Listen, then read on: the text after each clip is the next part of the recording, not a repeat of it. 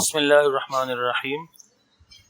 قرآن learning group کے معزز سامعین، آج بحمدہ تعالی ہم سورہ البقرہ کی آیت نمبر 40 سے لے کر آیت نمبر 45 تک کی تلاوت کا شرف حاصل کریں گے۔ بقرہ کی آیت نمبر 40 سے لے کر 42 تک۔ اعوذ باللہ من الشیطان الرجیم، بسم اللہ الرحمن الرحیم۔ یا بنی اسرائیل اذکروا نعمتی التی انعمت علیکم۔ یا بنی اسرائیل، اے بنی اسرائیل۔ یا کا معنی ہے اے، ایڈریس کرنے کے لیے آتا ہے، مخاطب کرنے کے لیے آتا ہے۔ بنی اسرائیل، بنی اسرائیل میں دیکھیں، بنی ابن سے بنا ہے۔ ابن کا معنی ہوتا ہے بیٹا، اور ابن کی جمع آتی ہے عربی میں بنین، بنین، اور جب مضاف ہوتا ہے تو نون گر جاتا ہے تو رہ جاتا ہے بنی اسرائیل، اسرائیل کے بیٹوں، اسرائیل کی اولاد۔ اسرائیل کیا ہے؟ اسرائیل حضرت یعقوب علیہ السلام کا لقب ہے۔ سیدنا یعقوب علیہ السلام جو کہ حضرت ابراہیم علیہ السلام کے پوتے ہیں، اسحاق علیہ السلام کے بیٹے ہیں، ان کا لقب ہے اسرائیل۔ اسرائیل ویسے عبرانی زبان کا لفظ ہے جس کا لفظی معنی ہے اللہ کا بندہ، عبداللہ۔ تو یہ سیدنا یعقوب علیہ السلام کا لقب ہے۔ تو سیدنا یعقوب علیہ السلام کی اولاد کو مخاطب کیا، بنی اسرائیل اس کو کہا گیا، اے اسرائیل کی اولاد، اے بنی اسرائیل، اے یا اولاد یعقوب۔ اس اولاد کو کیوں ایڈریس کیا، کیوں مخاطب کیا ہے؟ اس کی اہمیت بہت زیادہ اس حوالے سے بھی ہے کہ رب الجلال نے اس خاندان میں بہت سارے انبیاء کو بھیجا۔ سیدنا یعقوب علیہ السلام سے لے کر سیدنا عیسیٰ علیہ السلام تک جتنے بھی انبیاء آئے ہیں وہ سارے کے سارے اسی خاندان میں آئے ہیں۔ اس کے اندر کتابیں بھی نازل ہوئیں، شریعتیں نازل ہوئیں، یہ اللہ رب العزت کی طرف سے ان کی طرف ہدایت آئی، اور معاشرے کے ظاہر بڑے لکھے لوگ شمار ہوتے ہیں، تو ان کو مخاطب کر کے رب الجلال نے جو ہے نا وہ ہدایات دی ہیں، اور پھر ان کی وساطت سے پورے معاشرے کو، پوری انسانیت کو۔ اب یہ ساری چیزیں ہمارے لیے بھی ہیں، صرف بنی اسرائیل کے تو نہیں ہے، صرف ہمارے لیے ہے، پوری انسانیت کے لیے ہیں۔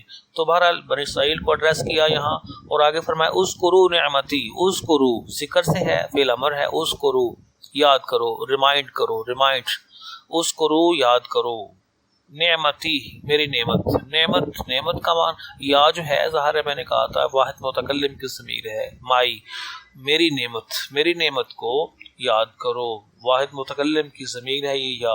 میری نعمت یاد کرو، میری نعمت کو ریمائنڈ کرو، ذہن میں لاؤ، پیش نظر رکھو۔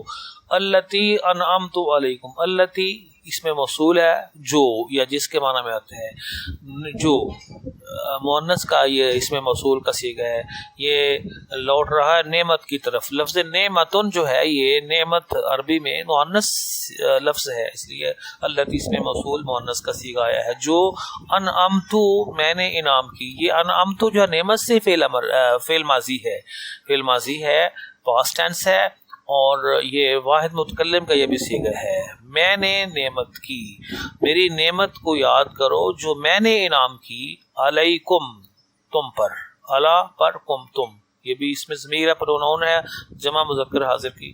وَأَوْفُوا، واو کا معنی اور، اوفو پورا کرو۔ اوفو جو ہے یہ وفا سے ہے۔ وفا کا معنی کیا ہوتا ہے؟ پورا کرنا، وعدہ پورا کرنا، وفاداری، وفا کرنا، اور پورا کرو، یہ بھی فعل امر ہے۔ جیسے اذکروا ہے نا فعل امر، ویسے ہی اوفو فعل امر ہے، پورا کرو۔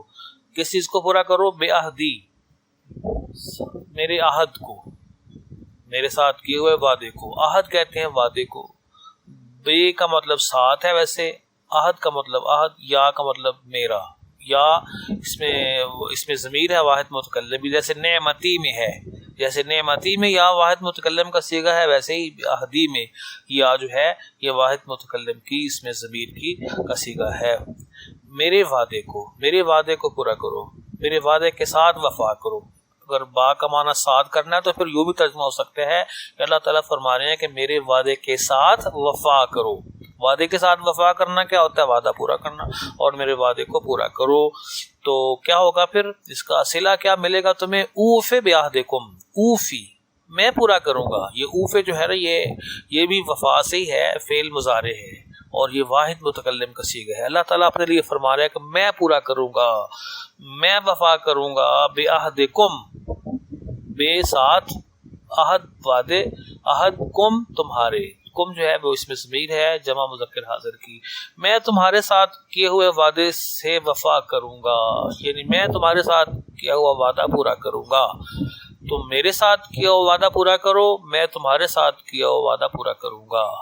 تو اللہ کے ساتھ وعدہ کیا ہے کہ ہم اللہ کے دین کو قبول کریں، اللہ کی شریعت پر چلیں، اس کے احکام پہ چلیں، جن چیزوں سے اس نے روکا ہے اس سے رک جائیں، اور پھر اللہ تعالیٰ اپنے وعدے کو کیا پورا کرے گا؟ اللہ تعالیٰ نے کیا وعدہ کیا ہے؟ اللہ تعالیٰ نے وعدہ کیا ہے نا کہ تم نیک عمل کرو گے تو میں تمہیں دنیا و آخرت میں کامیابی دوں گا، عمل صالح کرو گے تمہارا ٹھکانہ میری جنت ہوگی، تمہیں میری رضا ملے گی، محبت ملے گی، خوشی ملے گی، تو اللہ پاک تمہیں فضیلت دوں گا۔ تو اللہ تعالیٰ اپنا وعدہ پورا کرتا ہے، وہ تو یقیناً وَإِيَّايَ فَارْهَبُونِ، واو کا معنی اور یا یہ جو ہے نا یا اس کا ترجمہ نہیں کرتے، یہ صرف یا کے ساتھ ملایا گیا ہے، یا وہ اس میں ضمیر ہے واحد متکلم کی، 3 دفعہ یہ ضمیر آ گیا یہاں اس آیت میں، نعمتی، عہدی، یا مجھ میں، اور مجھ ہی سے یا مجھ، فرحبون واپس، ارہبو ڈرو، نے مجھ سے، یہ بھی واحد متکلم کی، اس میں بھی یا جو ہے وہ محذوف ہے، تو پس مجھ ہی سے ڈرو، اس کا مطلب ہے ساری کا محاورہ، اس کا سمجھنا تھوڑا مشکل ہے، یا فرحبون اور مجھ ہی سے ڈرو، مجھ ہی سے ڈرو، یا مجھ، ارہبو ڈرو، نی مجھ ہی سے ڈرو، مجھ ہی سے ڈرو، یعنی کہ صرف تم اللہ کے ساتھ میرے ساتھ کی وعدے کو پورا کرو، میں اپنا وعدہ پورا کروں گا، میرے ساتھ کی وعدہ پورا کرنے میں تمہیں کسی قسم کی کسی اور طاقت قوت سے ڈرنے کی ضرورت نہیں ہے، تم بس صرف مجھ ہی سے ڈرو اور میرا ڈر خوف دل میں رکھ کر میرے وعدے کو پورا کرو، تمہیں دنیا میں بھی عزت ملے گی، آخرت میں بھی عزت ملے گی۔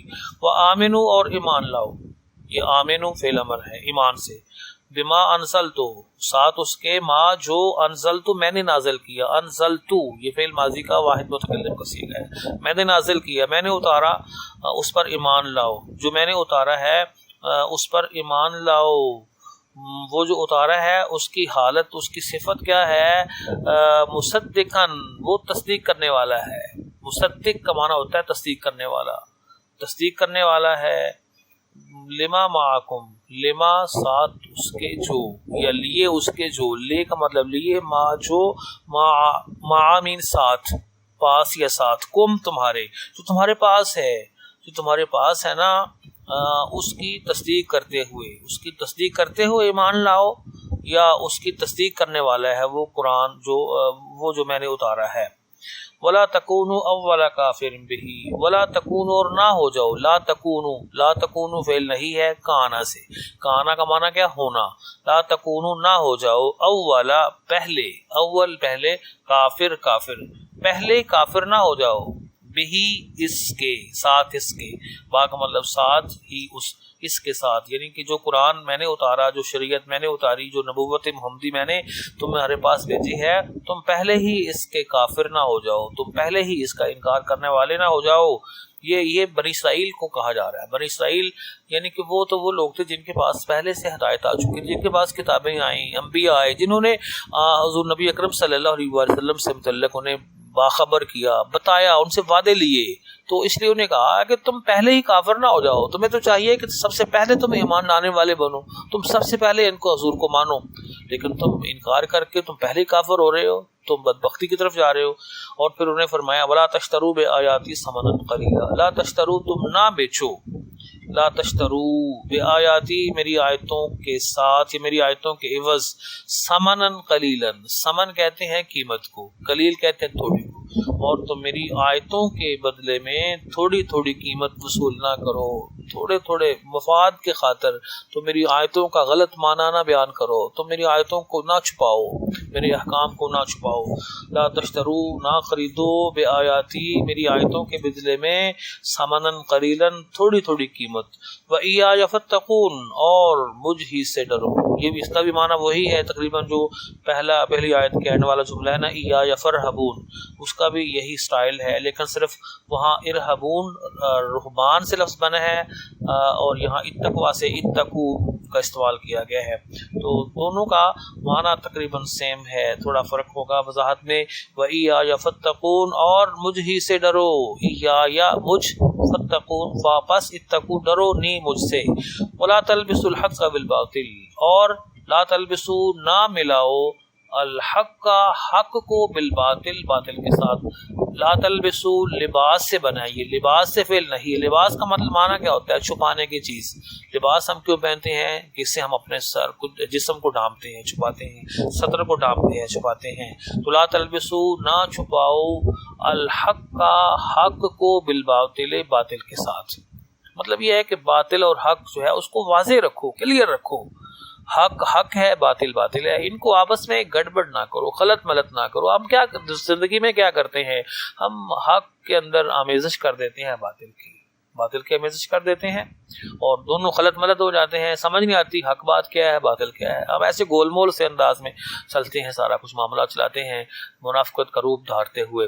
اور آگے دوسری بات فرمائی وَتَكْتُمُ الْحَقَّ اور وَتَكْتُمُ الْحَقَّ اور حق کو نہ چھپاؤ۔ یہ تکتمو اس کا جو عطف ہے نا وہ بھی لا پر ہے، پچھلے جملے پر ہے، اس لیے اس کا ترجمہ یوں بھی کر سکتے ہیں لا تکتم الحق کا، یعنی حق کو نہ چھپاؤ، یعنی حق کو باطل کے ساتھ نہ ملاؤ اور حق کو نہ چھپاؤ۔ وانتم تعلمون، واو کا معنی اور یہ حالانکہ، انتم تم، تعلمون تم جانتے ہو، تم علم رکھتے ہو، حالانکہ تم جانتے ہو، حالانکہ تم جانتے ہو۔ یعنی مطلب یہ ہے کہ اگر کوئی بندہ نہ جانتا ہو نا، اگر وہ حق کو چھپا رہا ہے، حق کو چھپانا کا اس کو پتہ ہی نہیں ہے، یا اگر وہ اس سے اگر حق اور باطل خلط ملط ہو رہے ہیں تو وہ ایک نوعیت کا جرم وہ بھی ہے کہ وہ جاہل کیوں رہا، لیکن بہرحال اس کا درجہ اس سے کم ہے کہ دوسرا بندہ جانتا ہو اور جان بوجھ کر وہ حق کو چھپائے، جان بوجھ کر وہ حق اور باطل کو خلط ملط کرے۔ جیسے کہ اہل کتاب کی روش تھی، بنی اسرائیل کی، وہ اپنی کتابوں کی آیات کو چھپاتے، تحریف کرتے، خاص طور پہ وہ آیات جن کے اندر حضور نبی اکرم صلی اللہ علیہ وسلم کی آمد اور آپ کی ولادت، آپ کی بعثت سے متعلق جو احکام بیان کیے گئے تھے، آپ کے حضور کے اوصاف بیان کیے گئے، ان کو خاص طور پہ وہ چھپاتے تھے۔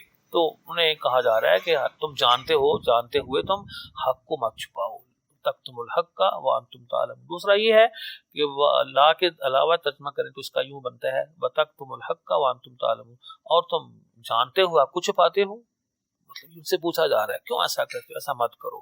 اللہ کریم ہمیں قرآن کریم کی آیات کو صحیح طرح سے